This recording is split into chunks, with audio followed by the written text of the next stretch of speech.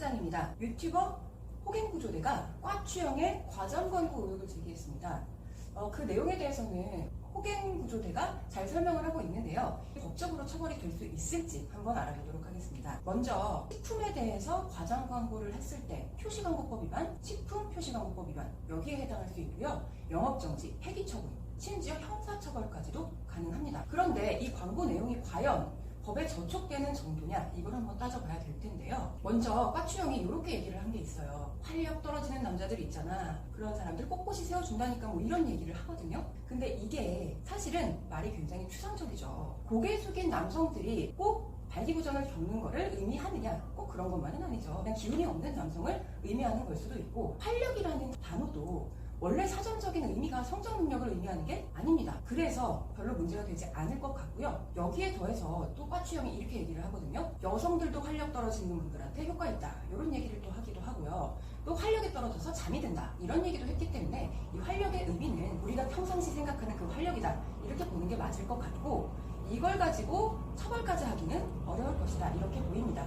호갱구조대도 이 부분을 좀 지적을 하긴 했어요. 애매한 표현, 추상적인 표현을 써서 처벌을 피하려고 한다라는 거였는데 도덕적으로 비난을 할 만하지만 이거에 대해서 처벌까지 하기는 어려울 것 같습니다. 그런데 문제는 이 성분에 대한 표현 이런 것들은 또 문제가 될 수 있습니다. 성분에 대한 광고 중에서 아연이 뭐 정장 운동성을 개선하고 정자의 질을 좋게 하고 이런 얘기를 했거든요.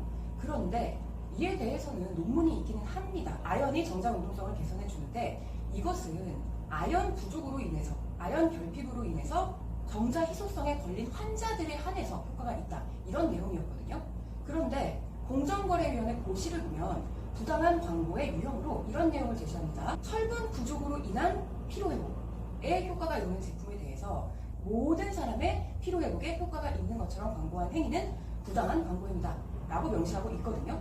그런데 정자 운동성, 아연 결핍의 경우에만 해당이 되는데 모든 사람들한테 해당이 되는 것처럼 이렇게 광고를 했다면 이 부분은 문제가 될 수 있을 것으로 보입니다. 또 활력의 상징인 장어의 핵심 성분 뭐 이런 내용을 얘기를 했는데 이거는 원료적 특성에 하나는 내용이고 사실은 제품 자체의 효과와 관련이 없는 내용이잖아요. 이런 내용을 광고하려면 우리 광고에서 많이 보셨죠? 이것은 제품 원료적 특성의 하나이라든가 아니면 이 내용은 제품의 정보와 상관이 없는 내용임 이런 내용을 달아야 되는데 그런 자막을 달지 않았기 때문에 문제가 될 수 있습니다.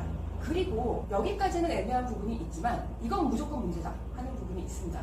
이거는 과추형뿐만 아니라 대부분의 유튜브 광고에 해당이 되는 내용인데요. 식품 등 건강기능식품도 마찬가지죠. 이런 것들을 광고할 때는 광고하기 전에 심의를 받아야 됩니다. 이게 원래 국가기관의 심의를 받도록 하고 있었는데 이거는 위헌이다 라고 해서 법이 바뀌었어요. 그렇지만 자율심의 이거는 꼭 받아야 합니다. 그렇지만 대부분의 유튜버들이 이런 심의를 받지 않고 광고를 하고 있습니다. 그래서 이거는 분명히 심의를 받지 않고 광고하는 행위 이게 식품표시광고법에서 부당한 표시광고다라고 명시가 되어 있습니다. 당연히 행정처분은 물론 형사처벌 가능한 사안이긴 한데 식약처에서 왜 이에 대해서 손을 놓고 있는지 모르겠어요.